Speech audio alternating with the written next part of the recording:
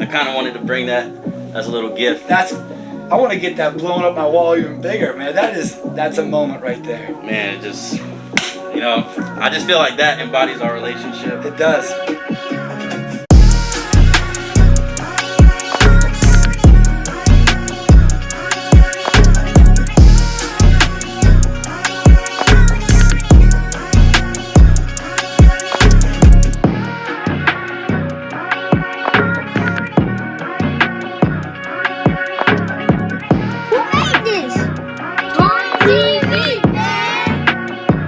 Welcome, guys. This is the very first episode of Time with Twan. We're just jumping right into this thing. I got my head coach, Michael Toerper here. Very brief introduction. Former Pitt walk-on. Earned his full scholarship through hard work. Dedication, all the good stuff. He was my defensive coordinator my first and second year here, and you went to Holy Cross. And we're gonna get into all of that, but it's glad to have you back, man. It's great to be here with you. Ithaca's 11th head coach, right? That's right. Yeah, 11th head coach. Glad to be here. But the first person on Time with Twan. Yeah, that might be just as important. I think this is the seed for a lot of stuff that's gonna grow. I believe it. So I want to say thank you for letting me do this, and so I kind of just want to start off with our story. Yeah. How we came to be. So I'll jump right into it, not waste any time. But so in high school, first period, we had a weightlifting class, and here comes this redhead, all this excitement. 6 a.m. Yeah, man. And you wanted to talk to all the seniors you were basically recruiting, and I remember sitting in there, and you was drawing up plays, this and that. I was like, bro, this man got some energy, at the end of all this, you handed out your recruitment papers, Ithaca, this and that, and I have a vivid memory of throwing it away, just because I'm a Florida kid, I didn't see it happen, but it breaks my heart. You told me we're gonna go to New York. I'm like, no way. I didn't know what I was gonna do after high school, so I think that was part of it, and it's just crazy that it's full circle. Now we're sitting here having this convo and whatnot, but just our relationship and how it came to be. You kind of just want to touch on.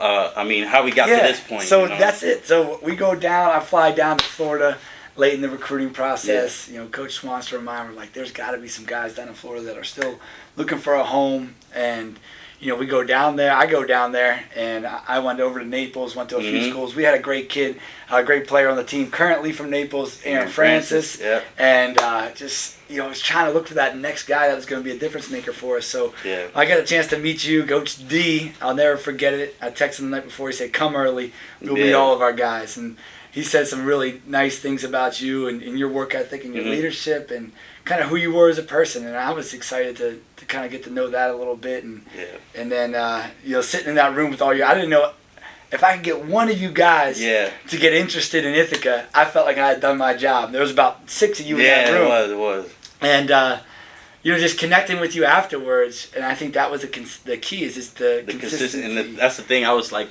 on my way over here, I was just like, damn, you were very consistent, because with me, I'm like, when you're a senior, you get a lot of those fake messages from oh, we'd love to have you up in that. Yep. And I really felt like it was really genuine. You're like, I want you up here.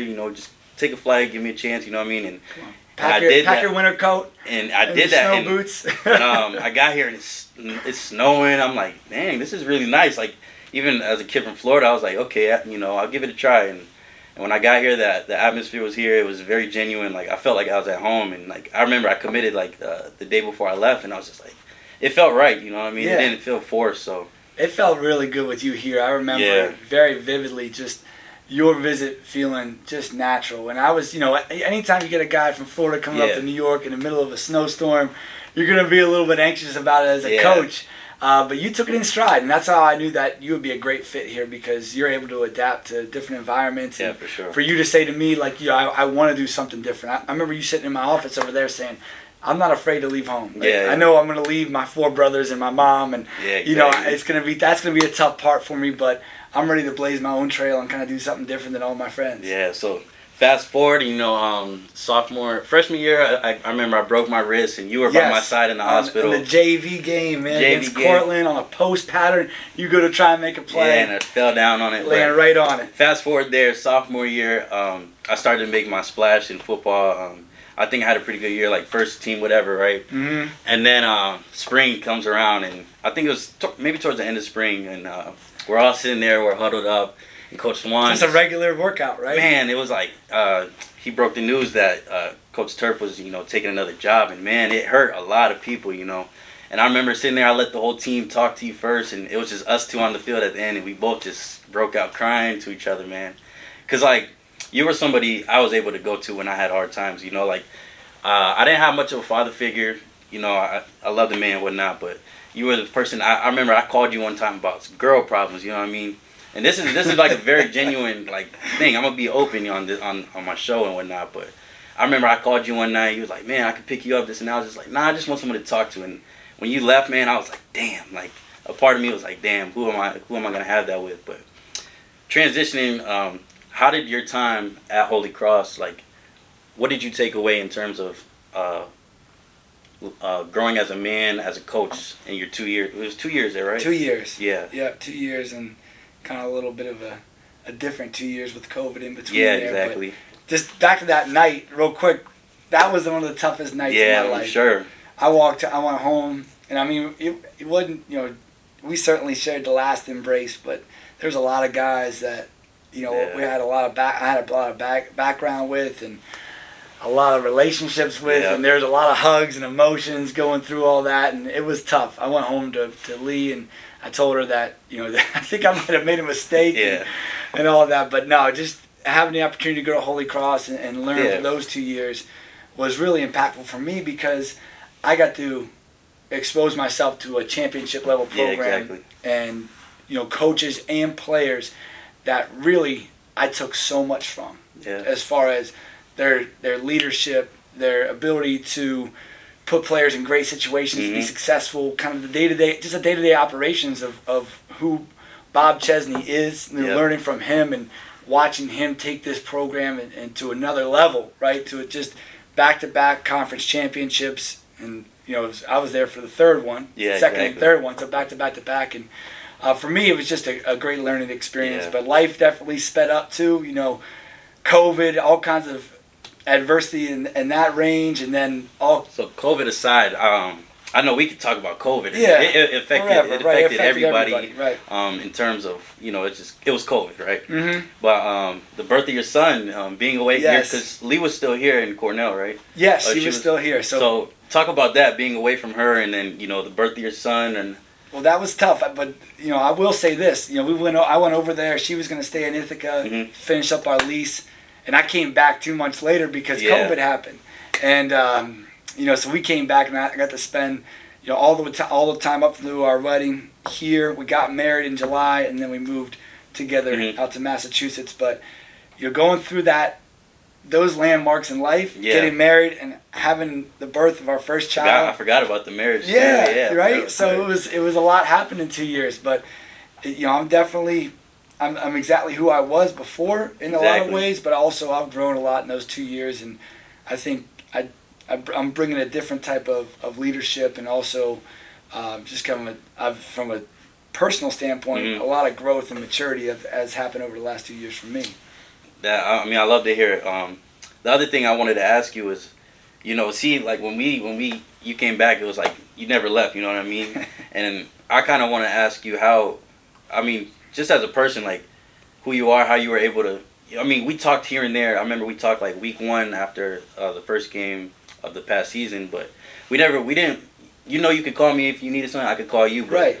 How do you keep those relationships intact? And it's like you come back to Ithaca, and you're still. I think it was, but I think you guys knew who I was. And I think that was the biggest thing with me in my coaching style when I was here before, just being transparent, being authentic, making sure that when we're sitting down talking, we're not just talking about football, we're talking about life. And, exactly.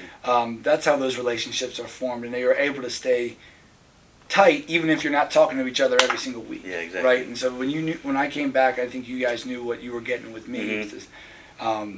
In a lot of ways, and then I think for me it was really exciting to see those guys that were in the back rows when I left are now in the front rows, right? And they're the leaders of this team in the team meetings and in the workouts and on the practice field, which we're about to get rolling here in the spring practice. So it was a lot of fun for me to kind of, when I was going through the process, thinking about all the guys that I would be able to coach again, and then be able to come here and see the tangible difference in them physically, and them also from a leadership standpoint. I just feel like this, I keep saying it, but I just feel like everything's just so full circle, you know.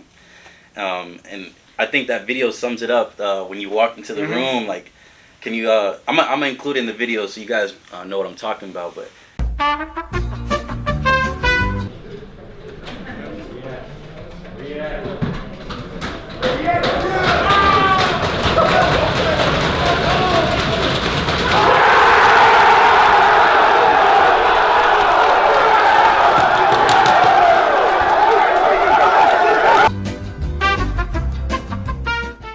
How did you feel coming around that corner? Like, what did you expect?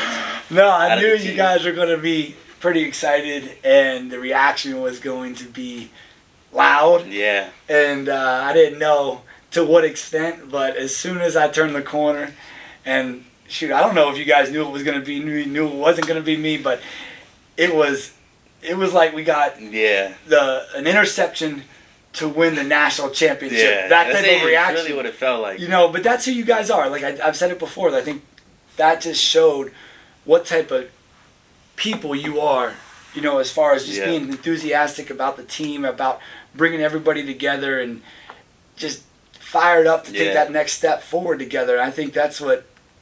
After that, you know, I went home that night, and just trying to relive it all in my head, and just thinking about what it means to me personally, what it means to my family, but also what it means to this program to be able to change head coaches and then not even break stride. Yeah. And I think, you know, Coach Twan did an unbelievable job here, and then, you know, for me to come back and continue what he's built and really try and sharpen the edges and take it the next step, that's what I kept thinking about after that, because we got the excitement. We've got, you know, and that's just, that video was just a piece of what the last 2.5 weeks have been, right? Like I think that excitement is carried over into every single workout, every single. Definitely has. So I feel really good about where we're going heading into this. And I was talking to Susan about it. Like, she's like, "What? Like, you guys' reaction was like almost you guys knew," and it was just like I was telling her, I was like, if it wasn't him, like, man, I don't know, I couldn't imagine the reaction. Everyone would probably been like, "What the hell?" You know, it's been a little bit different. That's all. But man, it was a really good feeling. I think that video, I was talking to Peter about it. It was like the most impressed video, like in terms of numbers, views, likes, comments. So it was a really good.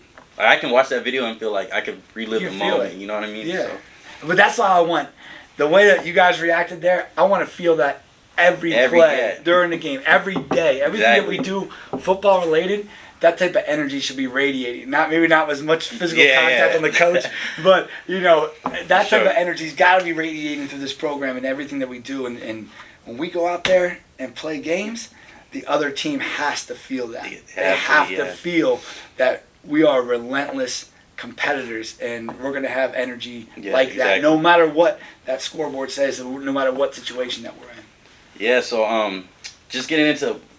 I feel like we're very open, like we're both very transparent people, you know, so I kind of want to, we'll both get into our reasoning, but I kind of wanted to touch into like your outgoing personality and your why, like how it's so easy for you to wake up and coach and bring that same energy. Like, you know, we all go through things in life, and my thing is, no matter what, no one knows what you go through, but you're always going to bring the same energy no matter what you're going through. So I kind of want to talk about your why and how that has made you into the man you are now. Right, and that, I think it's okay if your why changes a lot too. Yeah, for sure.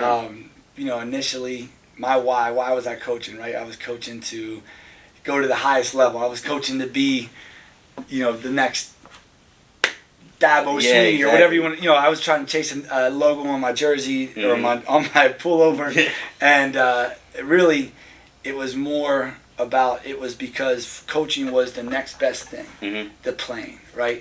But through the years, that changes as I got older and more mature.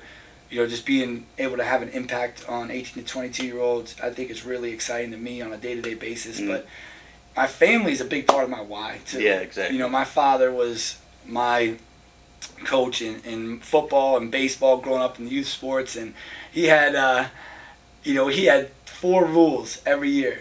And it was have fun, win at least one game. And we end up winning like all the games because those are the 4 rules. You know what I mean? So I just always wanted to bring that energy to guys, and if they were having a bad day, whatever it was, personally, in the classroom, football was, they weren't having the best, didn't have the best practice the day before. Mm-hmm. If I could bring their spirits up a little bit and make sure that they're enjoying their time in the field with each other, I think that's kind of my why. Yeah. Just because I'm able to have that impact on you guys on a day-to-day basis, and hopefully that leads to great results on Saturdays. Exactly. We're hoping for that.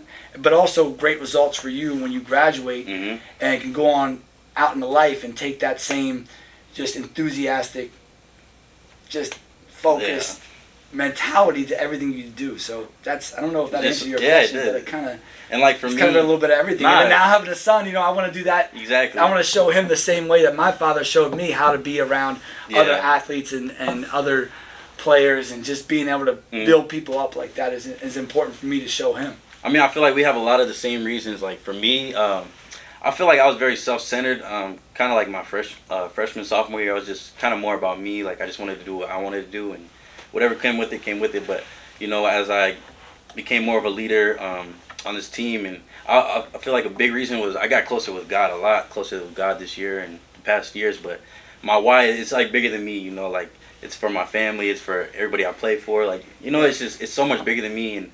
And I know your 4 points is have fun, and win one game. But like the things I live by is, one is just be my best me. Like the more you worry about what other people are doing, and you kind of hold yourself to a standard when you comparing yourself, it takes away from who you are. Right. So that's one of my things, is be my best me. My second thing is control my controllables. I've always preached that. And what are your controllables? My controllables is how I show up, the effort, the attitude I have towards anything. Like waking up at 6 o'clock to go work out, like I love doing it. If you told me that freshman year, man, I got out of bed like 6:15, like it's a little cold out. Man, I hated it. But now it's so easy for me to do all those things, and it's just all about what you can control. You can't control how many games you're gonna win. You can't control win, like if you get hurt or whatnot. But you can control how you do things. And then the last one, I just want to be someone, like I just want to be who I say I am to everybody in my life, and just having that integrity. You know what I mean? Just be a man of my word, and that's the biggest thing I've been trying to get out of me, like, because I was never really a vocal person, but over the past year I feel like that's changed, and I have a lot to prove, not only to myself but to everyone that trusted me. What does it look like if I go out and half-ass something or this and that when I got 100 dudes counting on me? You know what I mean? Right. So, and if you said that you're going to go all in every single play, every single day, every single minute you're with your teammates, you got to live it, right? And that's what we talk about in meetings. If we're going to say it, we got to live it. Yeah. Right? It just can't be words. It's got to be action accompanying that. So the next thing I kind of want to just touch on is for people who don't know Ithaca. Right. I hope this reaches a lot of people. Like maybe coaches from across the country will see this, players, but what makes Ithaca Ithaca? The people.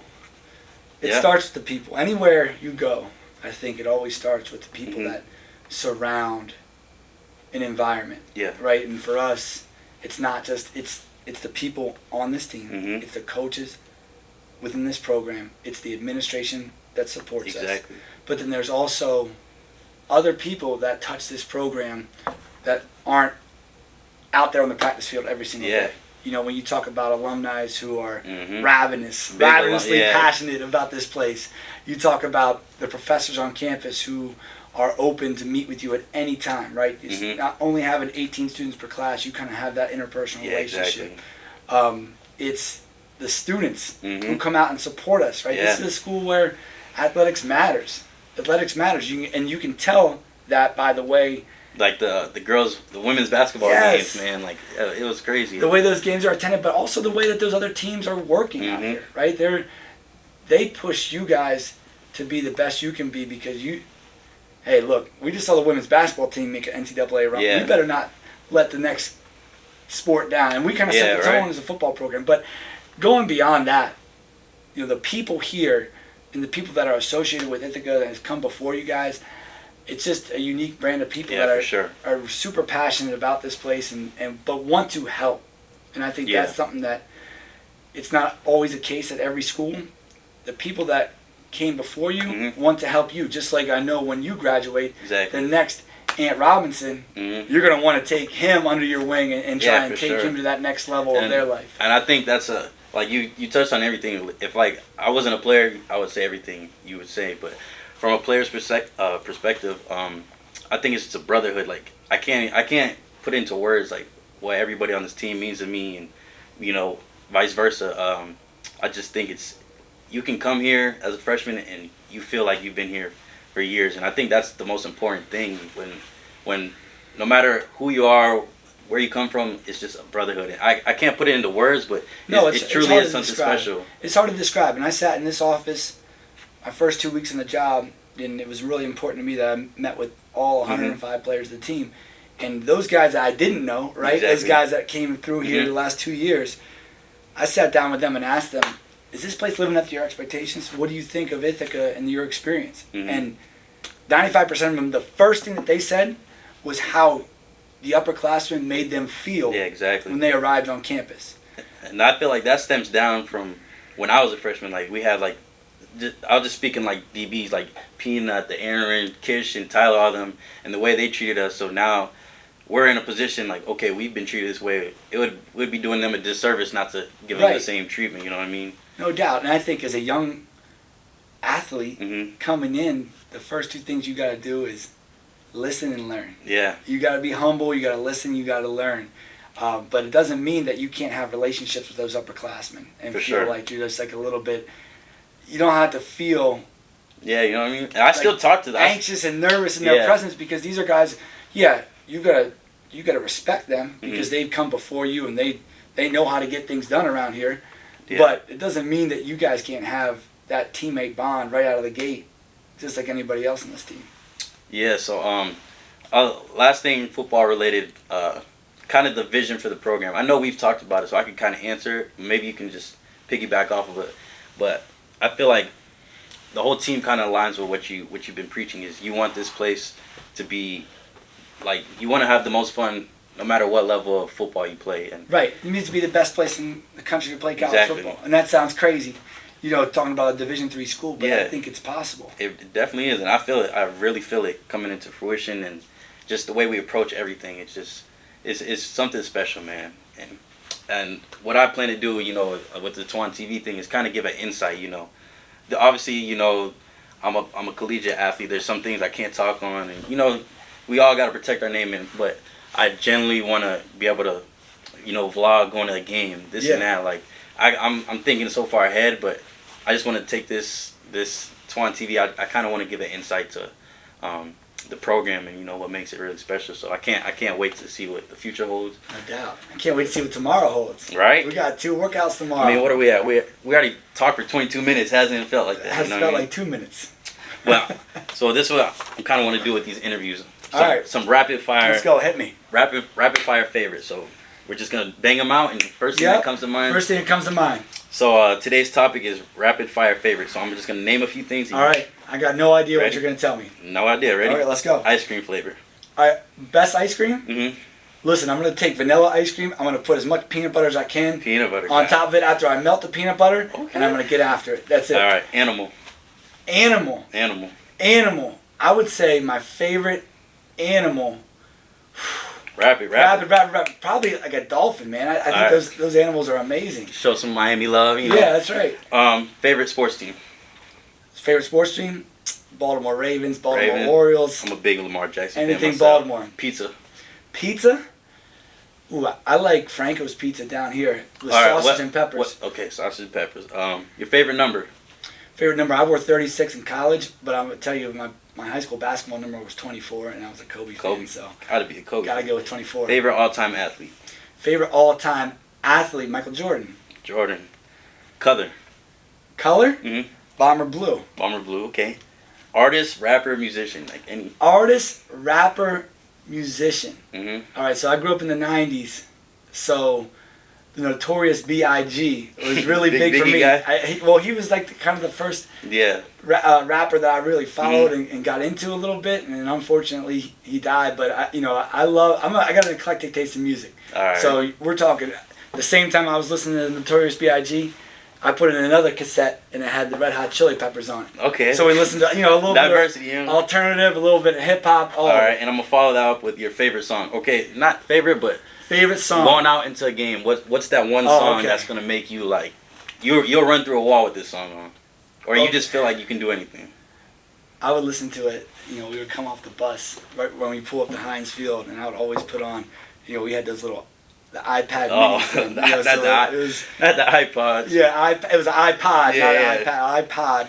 And I would go. There's a DMX song that I really like. What's the name of it? I might drop a little bit of it in the video. It's with Cameron. Okay. It's We Go Hard. We Go Hard. We Go Hard. I love that song. But there's best song, favorite song. I love that song. It's a country song. Okay. By Travis Tritt. I'm gonna have to look it up. It's a great day to be alive. I love that. Always is a great day. It's a great song. And we're gonna end it with your favorite coaching moment. Favorite coaching moment? Cause I'm gonna tell you mine, but I want you to. Favorite coaching moment. Man, this feels, and maybe it's because you're in my presence right now. We've got a lot of good coaching moments, but after you caught that interception in MetLife Stadium, picking you up after that big play that you had, that was something that will always stay with me because it just felt like you vindication from the year before, getting hurt against Cortland, breaking your wrist, and then coming out the next year in the biggest game, and as far as attendance-wise, biggest game in Ithaca football history, you get in the game-sealing interception on a kind of a broken play. We don't need to talk about that. I promise you, nothing we said here was made like this is a genuine. And this is what I want this platform to be, just genuine. People can, you know what I mean. But my favorite moment is that same exact play. Like I have my family there, 46,000 people. Like, and what's crazy? I promise you guys probably won't believe me when I say this, but this man, Coach Toerper, said, "Go make this play. You're gonna get this interception." And I remember me and Kyrie, we were out of place. Like I'm sprinting over there, and he bobbled the ball, and I got the interception.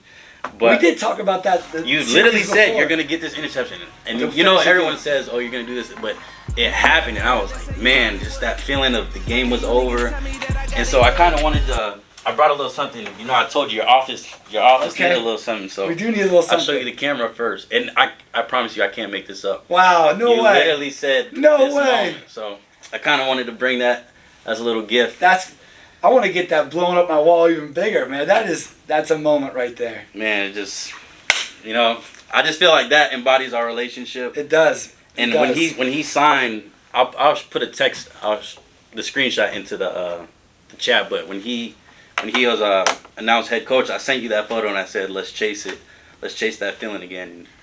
It starts tomorrow. It starts tomorrow. We're right back at it. Spring break's over. Yeah. Spring ball starts in a week. Yeah.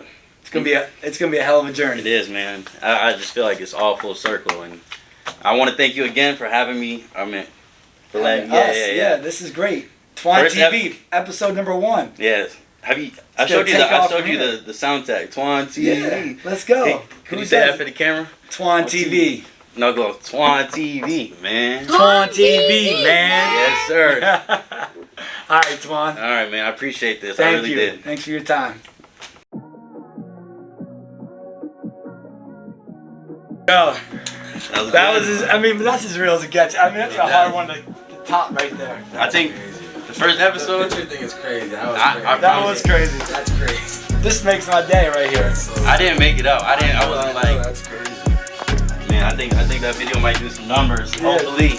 But hey, I don't care about. That's why I said like I don't care if it does. It gets. And that's my thing. Is like I know I'm gonna have. There's gonna be moments where I have videos I might think are gonna be good and they flop. But I'm just documenting. Yeah, that was great. I love it. I think that's really cool. And this being your last year too, like you have a real good perspective on things. Yeah. Like so, it's like I don't think you would have done it as well your sophomore or junior year.